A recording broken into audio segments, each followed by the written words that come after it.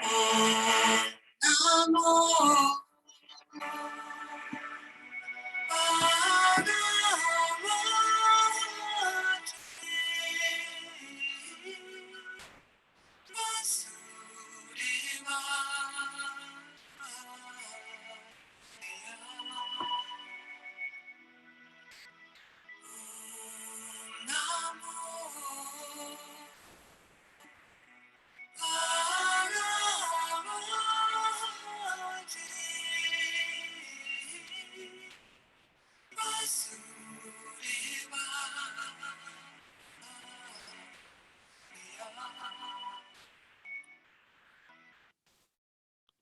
We're on chapter 6, chapter 13, Shloka 16.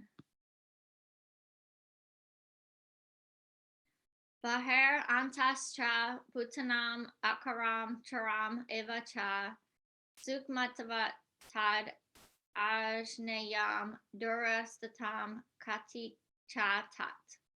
The supreme truth exists both internally and externally, in the moving and non-moving. He is beyond the power of the material senses to see or to know. Although far, far away, he is also near to all. In Vedic literature, we understand that Narayana, the supreme person, is residing both outside and inside of every living entity. He is present both in the spiritual and material world. Although he is far, far away, still he is near to us. These are statements of Vedic literature. Asino Dharam, Varjanti, Sayano, Yati, Sarvata. And because he is always engaged in transcendental bliss, we cannot understand how he is enjoying his full opulence. We cannot see or understand with these material senses. Therefore, in Vedic language, it is said that to understand him, our material mind and senses cannot act. But one who has purified his mind and senses by practicing Krishna consciousness in devotional service can see him constantly. It is confirmed in Brahma Samhita that the devotee who has developed love for the Supreme God can see him always without cessation. And it is confirmed in Bhagavad Gita, chapter 11, Shloka 54, that he can be seen and understood only by devotional service. Bhaktiya Tavanayaya Sakya. Text 617. Avi Bhaktam Cha Uttesa Vibhaktam Eva Cha Stitam Uta Partha Cha Taj Gunyam Grasinu Prabhavisinu Cha. Although the super soul appears to be divided, he is never divided. He is situated as one. Although he is the maintainer of every living entity, it is to be understood that he devours and develops all. The Lord is situated in everyone's heart as the super soul. Does that mean that he has become divided? No, actually, he is one. The example is given of the sun. The sun at the meridian is situated in his place. But if one goes for 5,000 miles in all directions and asks, where is the sun? Everyone will say that it is shining on his head.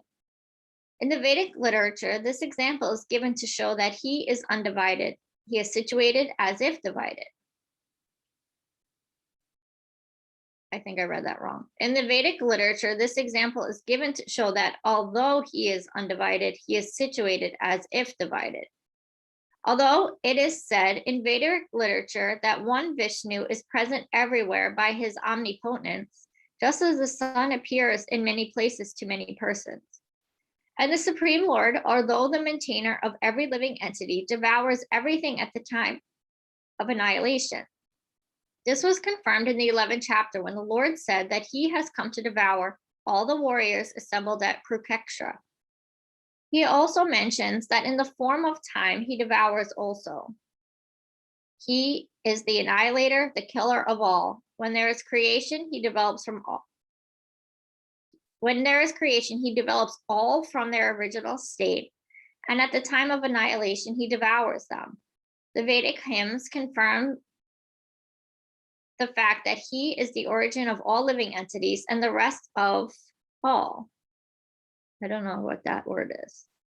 After creation, everything rests in omnipotence. And after annihilation, everything again returns to rest in him. These are the confirmations of Vedic hymns. Yatu va amani bhutani jayati yena jatani javati yat prayanti abhisavas visanti tad brahma tad vija nasava. And that's from the Taittiriya Upanishad. What? Pam, what does that word mean? Omnipotence. Is that like singular power? Do you know? Let's look it up. Yeah, having unlimited power to do anything. Okay, thanks.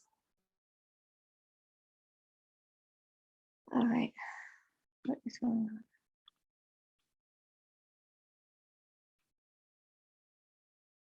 Text 18. Jitosam api taj jyotis tamasa param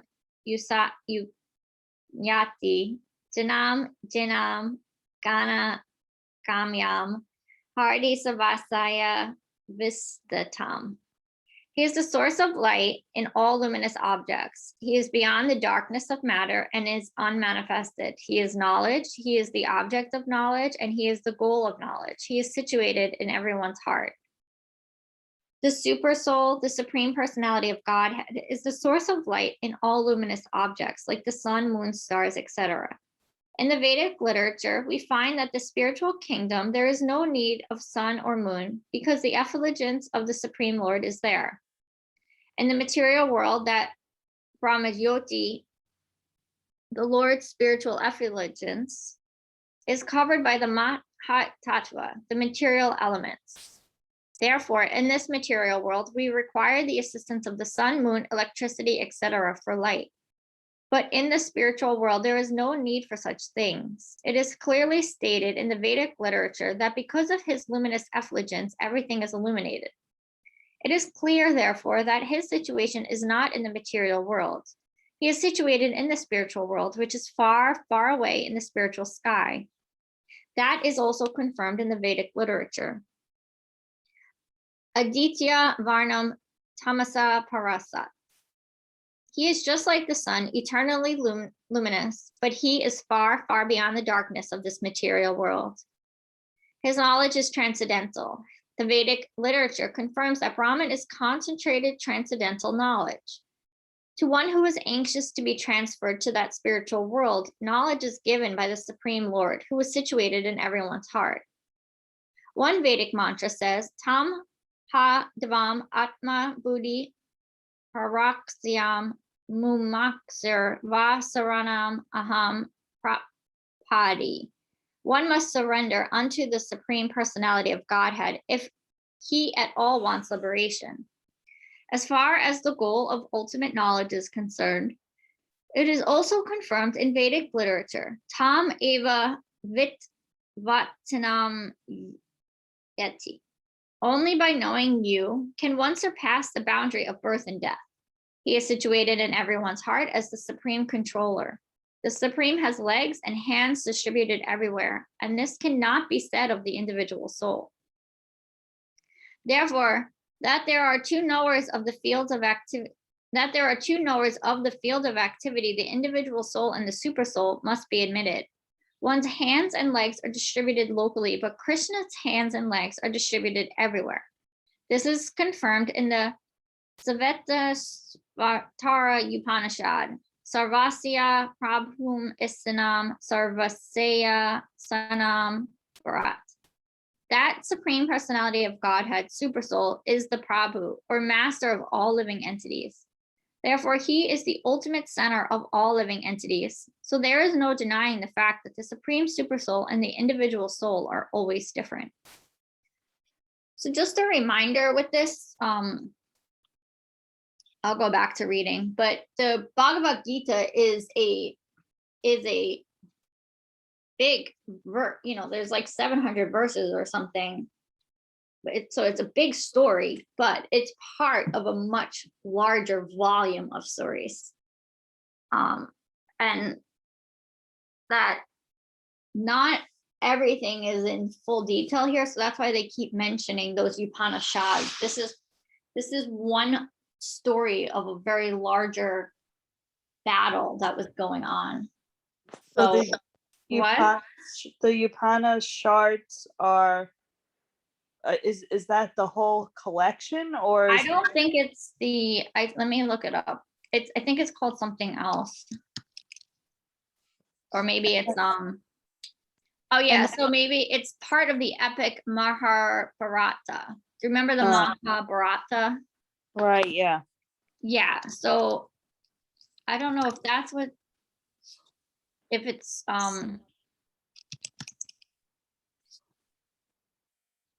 yeah, I think the Mahabharata. So their reference there, the Gita is going back to all these other different Vedic texts, because it's just so crazy to me. This is just like one little tiny lesson of this very larger battle.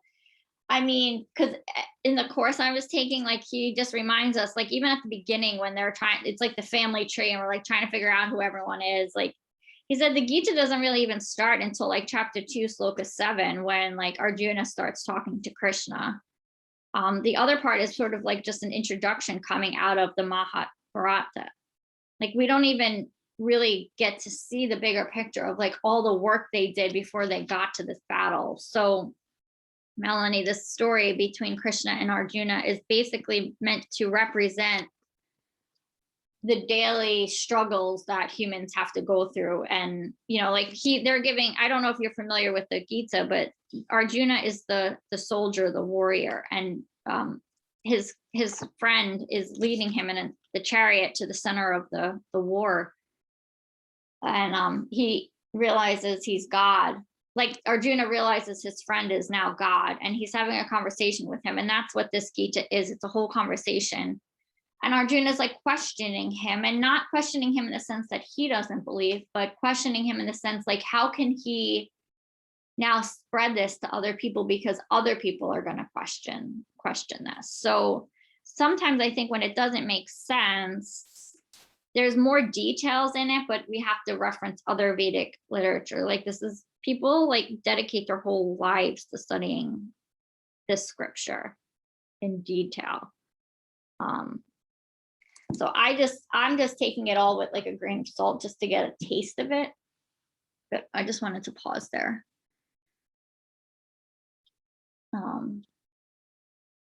Screen share.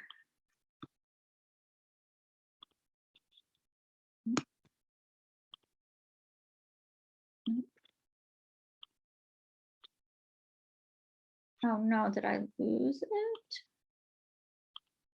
Oh wait.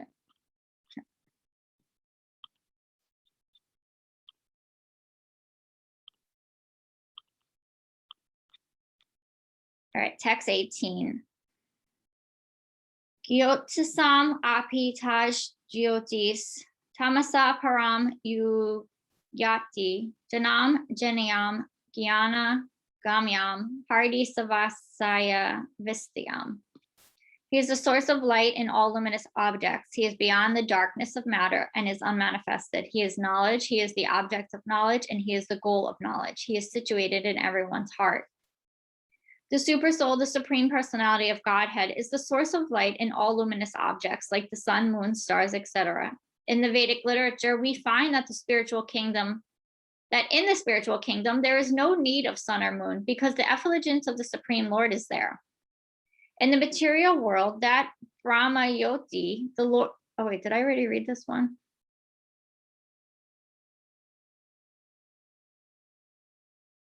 Yeah, text 19, sorry. Iti kestram tatha janam jeniam kaktam samasta mad bhakta etad vijnaya mad bhavayopadiyati. Thus the field of activities, the body, knowledge, and the knowable have been similarly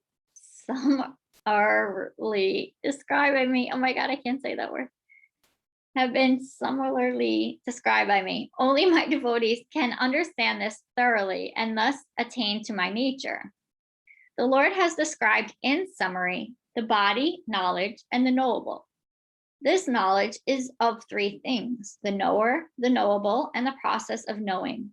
Combined, these are called Vijanam. or the science of knowledge. Perfect knowledge can be understood by the unalloyed devotees of the Lord directly. Others are unable to understand. The monists say that at the ultimate stage, these three items become one, but the devotees do not accept this. Knowledge and development of knowledge need understanding oneself in Krishna consciousness. We are being led by material consciousness, but as soon as we transfer all consciousness to Krishna's activities and realize that Krishna is everything, then we attain real knowledge. In other words, knowledge is nothing but the preliminary stage of understanding devotional service perfectly. Text 20. Prakchim pursam kaiva vid anandi yubhav api vikarams cha gunams kaiva vidi prakti sambhavan. Material nature and the living entity should be understood to be beginningless. Their transformations and the modes of matter are products of material nature. By this knowledge, the body, the field of activities, and the knowers of the body, both the individual soul and the supersoul, can be known. The body is the field of activity and is composed of material nature. Excuse me. It is the individual soul which is embodied. Enjoying the activities of the body is the Purusha, or the living entity. He is one knower, and the other is the supersoul. Of course, it is to be understood that both the supersoul and the individual entity are different manifestations of the Supreme Personality of Godhead. The living entity is in the category of his energy, and the supersoul is in the category of his personal expansion. Both material nature and the living entity are eternal. That is to say that they existed before the creation. The material manifestation is from the energy of the Supreme Lord, and so also are the living entities, but they are of the superior energy. Both of them existed before this cosmos was manifested. Material nature was absorbed in the Supreme Personality of Godhead, Mahavishnu, and when it was required, it was manifested by the agency of Mahat Tattva. Similarly, the living entities are also in him, and because they are conditioned, they are adverse to serving the Supreme Lord. Thus, they are not allowed to enter into the spiritual sky. After the winding up of the material nature, these living entities are again given a chance to act in the material world and prepare themselves to enter into the spiritual world. That is the mystery of this material creation. Actually, the living entity is originally the spiritual part and parcel of the Supreme Lord. But due to his rebellious nature, he is conditioned within the material nature. It really does not matter how these living entities or superior entities, I'm sorry guys, of the Supreme Lord have come in contact with material nature. The Supreme Personality of Godhead knows, however, how and why this actually took place. In the scriptures, the Lord says that those attracted by this material nature are undergoing a hard struggle for existence. We should know it with certainty from the description of these few verses that all the transformations and influences of material nature by the three modes of nature are also productions of material nature. All transformations and variety in respect to the living entities are due to the body. As far as spirit is concerned, living entities are all the same. Let me see. I'll read one more. Shloka 21. Karya Karana Kratviv Heta Praktir Yusati Parusha Sukha Dukkha Anam Bhoktiv Heter Yati. Nature is said to be the cause of all material activities and effects, whereas the living entity is the cause of the various sufferings and enjoyments in this world.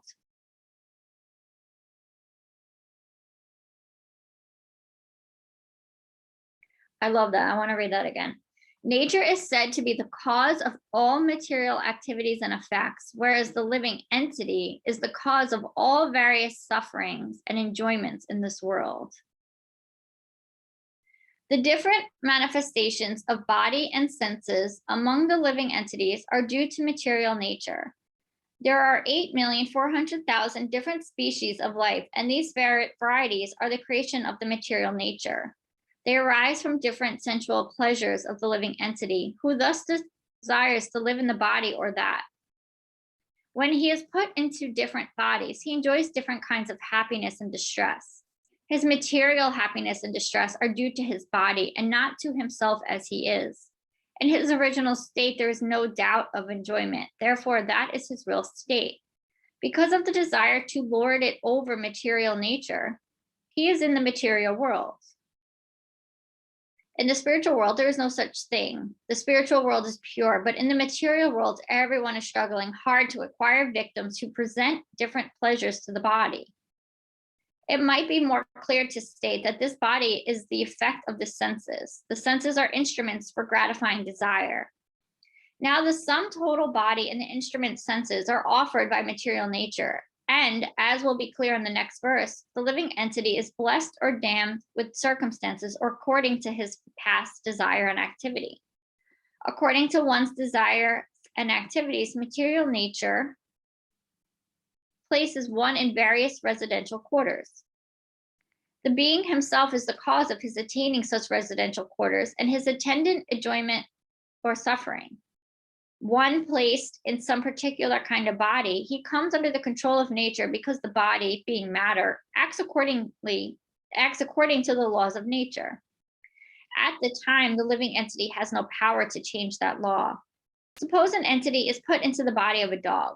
As soon as he is put into the body of a dog, he must act like a dog. He cannot act otherwise. And if the living entity is put into the body of a hog, then he is forced to eat stool and act like a hog. Similarly, if the living entity is put into the body of a demigod, he must act accordingly to his body. This is the law of nature. But in all circumstances, the supersoul is the individual soul. That is explained in the Vedas as follows. Diva Suparana Sayuja Sakhaya. The Supreme Lord is so kind upon the living entity that he always accompanies the individual soul, and in all circumstances is present as the supersoul or Paramatma. So we'll stop on 22.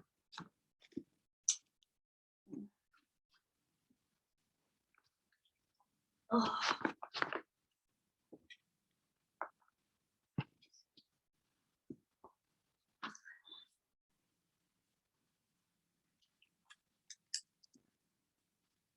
So that was like a lot of information, and depending on what you believe in and what you've studied and all of that, can piece together our own little Gita puzzles.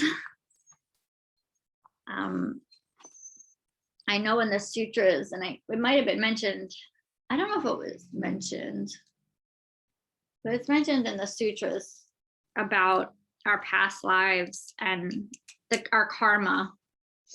When you start to study karma, it's a little different than that. What goes around comes around. It's about building our path, our dharma for our current life, but knowing that we have, well, depending what you believe in, but possibly carrying past karmas and preparing for future karmas. But I love that they say, like, and it's something I'm coming to understand more myself, but nature is the cause of all material causes and effects, but the living entity, like us as humans or whatever body you've embodied, is the cause of all the various sufferings and enjoyments in the world.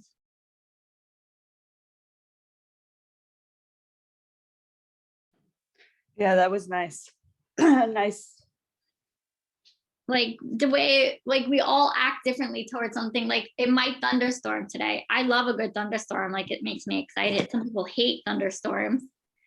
But like my Eric's sister's dog hates, like she suffers through the whole thunderstorm. It like scares her. We have to like, she like hides in the couch. We all have like a different experience to the same thing. But like really we should just be neutral toward it. But that's no fun in life. like the nature's not causing us to suffer or enjoy it. Like we're causing us to suffer or enjoy it. I Yeah, do right. this too with a lot with other people too. Like if somebody's making me angry, I'm like, that person's not making me angry. I'm making me angry. Right. That person's just acting as that person. Yeah, So, right. like, there's like a big, I mean, that's a hard practice though. Like that's when that 90-second thing comes in for me, Domenica, like where I'm like, okay, maybe this person's just having a bad day, or maybe this person just needs to be put, then I go back to the 4 keys and I'm like, maybe this person just needs compassion, or maybe this person just needs to be cut out of my life, depending on the severity of the situation. But like it's so simple to be present, but there's so many tools going on in your brain at one time. It's like, okay, this is not this. It's okay. Just take a deep breath in and out. Yeah, I've been practicing, I've been trying to practice the yoga nidra because, well, right now I'm like, everything's good, but I have something that may cause like a huge change in my life going on. And like I'm excited about it, but nervous, super nervous about it. Also worried that I'm gonna like screw it up completely.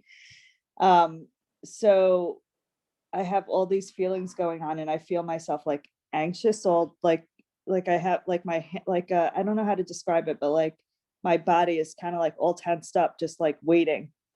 Yeah. So I guess it's like very anxious. So falling asleep and staying asleep was hard like the first couple of nights when this thing came to me. But now what I've been doing is like I have a whole ritual at night, like sort of like how now we have this ritual in the morning, it wakes us up, we have this, like it's been super beneficial. I'm like, oh, I need that at night too. So like I have a sleepy time tea, I sometimes do like a little bit of oil, I read a little, like I decompress, and then I started doing the yoga nidra. And the first couple of times I did it through Amanda's thing, her online thing, and it's so, her voice is like I so know.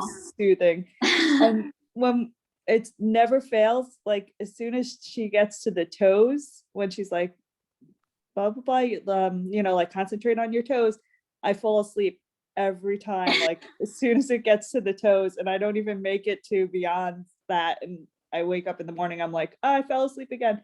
And so now I started doing that on my own, and it's just like a huge calming, I don't know, I'm like, why didn't I think of this before, like trying to come up with a ritual for bedtime the same as morning time. Well, and we do bedtime routines like as children, like and then we grow up and we're like, oh, it's a childish thing, we don't need to do it. Right. Yeah, and yoga nidra is fantastic. I would be like, why do we have to practice this? Like I just like after class I just want to like get out the door and run into my major to-do list or whatever. But then a few times in my life I've had to use it on emergency. I was like, how can I calm myself down right now? And I remember nidra. So it's good that you're practicing it on your own. Sorry, ladies, I keep going back and forth. It's okay. That's okay. I'm listening. Okay. I've been doing the yoga nidra every day though. It's amazing. I'm addicted. Yeah. It's in a good way, addiction. And Are then, you listening to it, or do you practice it by you doing it? Or I'm both? doing it, but I also gave it to 2 people. Nice. Yeah, and I have a teen art group today, so I'm thinking of doing it to them for bringing out their creativity or just relaxing. Yeah, it's a really helpful tool to have, and it's important to practice these things when we're in I don't want to say good or bad, but for lack of words, in a good state, because then when we're in the bad state or when we need that state, we know it's we there. have it. Right. Yeah. I wanted to ask if you knew of any other like mantras or techniques I can use when I feel like this anxiousness coming about. So I'll share with you that, and I don't know if this is what you're experiencing, but with cramp. So Melanie, I think I told you last time, but I'm not sure. My dog had to be put down last week, and he was 18. Oh no, I didn't know. Yeah, so he was my baby. Oh. And he gave me a scare a month earlier, and like he was 18. I knew the end was coming. Like I was realistic about it. But I have started, and so also today is 17 years that my sister passed away. So like I understand grief. I lived through it. It's something I know. And but I had this, I'm starting to learn more about this anticipatory grief. And I think I was carrying that around with Kramer. Like, am I gonna wake up one morning and him be gone? Like, and that was like terrifying to me because I wanted to be with him. Like, and he wasn't sleeping with me anymore. Like that was scary to me. Or like we went on a trip to North Carolina, like the what ifs, like this, like, and you know, like the millions of things that you carry around, the what ifs. So I don't know me. And so it was raising my anxiety too a little bit, Domenica. And I didn't realize that now that he's passed, and I kind of feel bad for even saying this, but like that has all washed away. And I feel this lightness to me because I was carrying around this anticipatory, and I was so aware of it and I couldn't get rid of it. I could not figure out how to get rid of it other than just be like this gratitude practice. So maybe, I don't know if that's like something you're experiencing, not in a grief way, but this anticipatory of whatever event is coming. Yeah, right. So, Yeah, that's exactly right. But it's also like a possible good, it's a good thing. yeah, It's a but good thing. But it's good and also, bad are the same. They're the same sides, of right. the opposite sides of the coin. So it's the same experience. So like a gratitude practice has very much helped me. If you want to write down your 3 things every day, Okay. you know, and just keep focusing on like the present, I guess. Or Yeah. Can I? I don't know. Sorry, Melanie. Oh, I just thought I could just suggest something for you. Yeah. Sometimes, like, you know, because I know all about all that when things arise and you need to calm your body, but you could put your right hand on your heart and one on your belly. And I just do like that deep inhale and exhale. And each time I exhale, so I inhale peace and exhale calmness, and I visualize a color melting throughout my whole body. So I kind of just inhale and exhale, and then you sort of go into a little trance. You say peace, calm, as that color is absorbing throughout your bones and your muscles. And it kind of just puts you in that little, and saying to yourself, whatever it is, this too shall pass, or I'm safe. And it's all just you and yourself. That's just that one little focus, that white light or colorful light inside. So that calms me down sometimes. That's beautiful. Sorry, my daughter's loud, so I'm gonna mute you. That's beautiful. So I love that works too. Yeah. I love what Melanie just shared too, and like acknowledging the feeling that you're feeling in that moment. And this is something I learned I'm taking an anti-racism course, and they practice self-care occasionally throughout the course, and they share, you know, like acknowledge where you're feeling it in your body. So like do what Melanie says, but take a moment. Do you feel it in your gut? Are you feeling it in your hips? Are you feeling it in your heart? Like where is the anxiety that you're feeling? And really practice lengthening the breath, because when we get anxious, we breathe into our chest and we think we're taking like deep breaths in and out, but we're causing more anxiety when we breathe here. We got to breathe into our low belly. Yeah, that's a good point, because that's where I feel it. I feel it like right in my chest. Yeah, I was too. And then I would be like, just breathe. And then I would be breathing and I could feel my heart getting faster, because I'm like, all right, you need to like really calm down, relax. My jaw gets super tense, like relax my jaw. And then do it like placing your hand on your chest and your belly is going to bring attention to those spots. So you can like, if you have your hand on your belly, you'll know to breathe out enough to let your hand come out. And I love practicing with colors. I mean, you can see I have my chakra thing. So like what in my yeah, I have that all around too. So if you can get yourself to see where you're feeling it, and then I mean you can choose any color, but if you're like feeling it in your heart and you know that, okay, well my heart chakra is moving, you can practice working like with the colors or a mantra. I love that she just introduced, like, you know, like I do a monthly, well, I was doing, I haven't done it, I should do it again, but like each month I stopped too. I have to get on it. I so haven't come up with like a monthly mantra. So it's like, I am happy, I am healthy, I am compassionate. And so for that whole entire month, anytime I got stuck, I didn't have to think of a mantra. I had already assigned myself. This is what I am patient. I am whatever. That was my go-to mantra for the month. I think this month I'm going to do I am peaceful. That's going to be mine. So you just, maybe yours is I am present, or I am grateful, like whatever and then you just come back to that. So yeah, you just got like 1,000 tools added to your tool. Yeah. I know. I didn't read it. I thought I muted it. Thanks. So funny because I have to read Light on Yoga for one of the assignments right now. And it goes right to tranquility again. Like I'm seeing it everywhere. That word is everywhere. When you see a number like 1111 or 1010.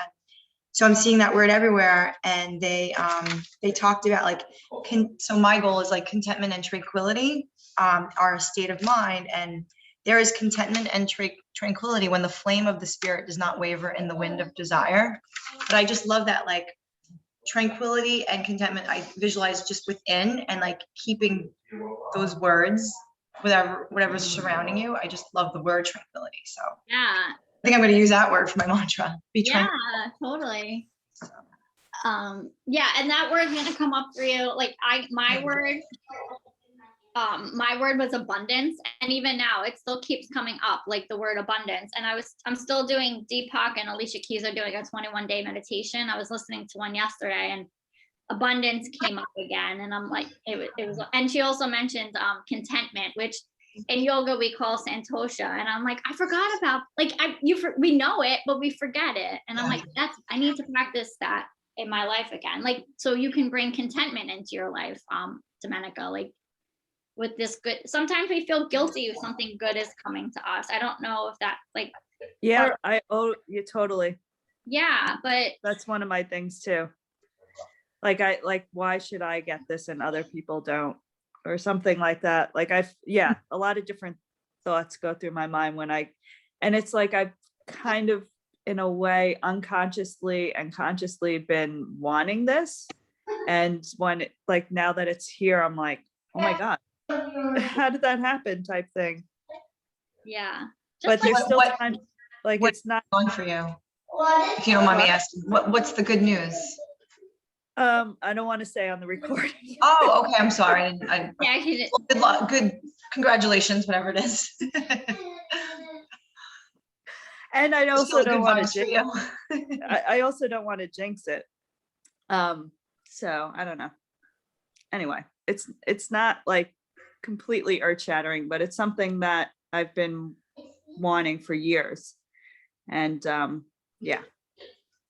So, and I think whenever we have these moments of suffering and joy that they just mentioned, our tools work for both of them, right? Like there's no one tool assigned just for good and no one tool assigned for just for bad. Yeah. Like we're supposed to find this equanimity, like coming back to this balance of this like calm, like what Melanie was saying, this like tranquil, happy life. Like this is sattva, right? Like the three modes of nature. We want to get back to that sattvic, calm, peaceful, happy, content, or not even happy, but let's just say content, because we can be content when we're sad and happy. So I think these tools work in all or everything, maybe. But we should do some breath and meditate because we're at 8. I'm gonna do this. So sitting up nice and tall. If you feel like you need to do some movement or flow or something before you sit and meditate, you honor that. If you need to drop, you do that. So first we'll sit up nice and tall, find that straight, strong spine, chin parallel to the floor, feel the crown of the head lifting to the ceiling as the sit bones melt down. And just bring the attention to the breath. You can have your eyes open or closed, breathing in through the nostrils and out through the nostrils. Just notice in the body where you're breathing. Are your breaths long or short? Are they breathing into the chest or the middle belly or low belly? And then begin to manipulate the breath by breathing in, filling up the low belly, letting the belly button come out, and then pulling the belly button in as you exhale. The breath moves up the spine and out through the nose. You can try to make the breaths equal, breathing in and out for 4 counts or 5 counts, whatever count feels good for you.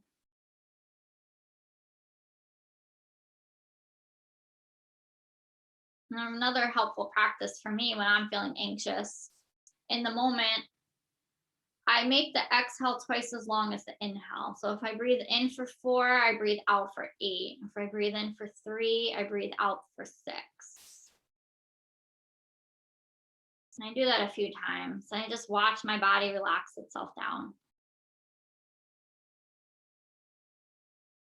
So you can stay with those breaths, or you can come to nostril, alternate nostril breathing. You'll bring your right hand over to the nose, close the nostril, inhale through the left. Close the left nostril with the ring finger, exhale right. Inhale right. Close right, exhale left. Inhale left. Close left, exhale right. Inhale right. Close right, exhale left. Inhale left.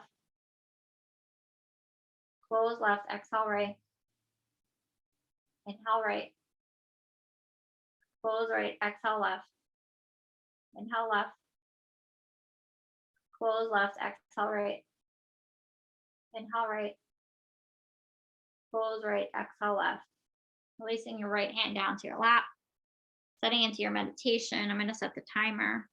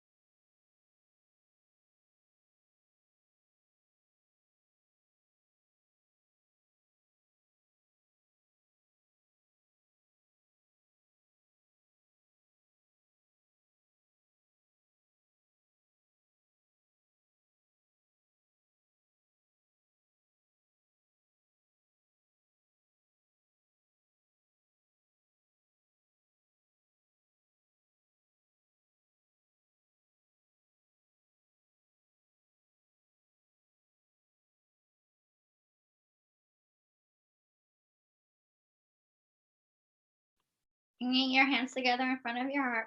Namaste. Have a beautiful day, everybody.